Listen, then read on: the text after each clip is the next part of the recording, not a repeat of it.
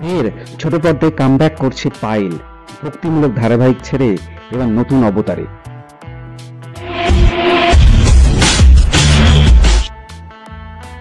বাংলা বিনোদনের চ্যানেলগুলিতে নতুন ধারাবাহিকের আনাগোনা লেগে রয়েছে। জি বাংলা, স্টার জলসা, কালার্স বাংলায় বা সান বাংলা, সর্বত্রই এক চিত্র। টিকে থাকার লড়াইয়ে টিআরপি একটি গুরুত্বপূর্ণ বিষয়, আর টিআরপি তুলতেই ধারাবাহিকগুলিকে আসে নতুন নতুন চমক। টিআরপি তালিকায় ফলাফলের উপর নির্ভর করছে ধারাবাহিকগুলির ভবিষ্যৎ। সাপ্তাহিক রিপোর্ট কার্ডগুলি ঠিক করে দেয় ধারাবাহিকগুলির ভবিষ্যৎ।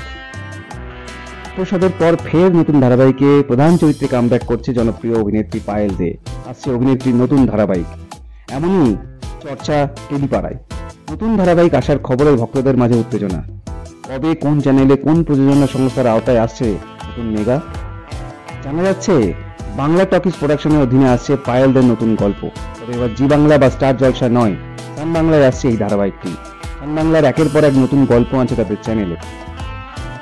জানা যাচ্ছে ধারাবাহিকে পায়েলের বিপরীতে থাকছেন জনপ্রিয় অভিনেতা তথাগত মুখার্জি। পায়েল ও তথাগত এই প্রথম জুটি বাঁধতে চলেছে পর্দায়। জুটিকে এক ফ্রেমে দেখতে মুখিয়ে রয়েছে দর্শকও। শুরু হয়ে গেছে এই ধারাবাহিকের। এখন ভক্তরা অপেক্ষা করছে কবে প্রকাশ্যে আসবে এই ধারাবাহিকের প্রথম ঝলক।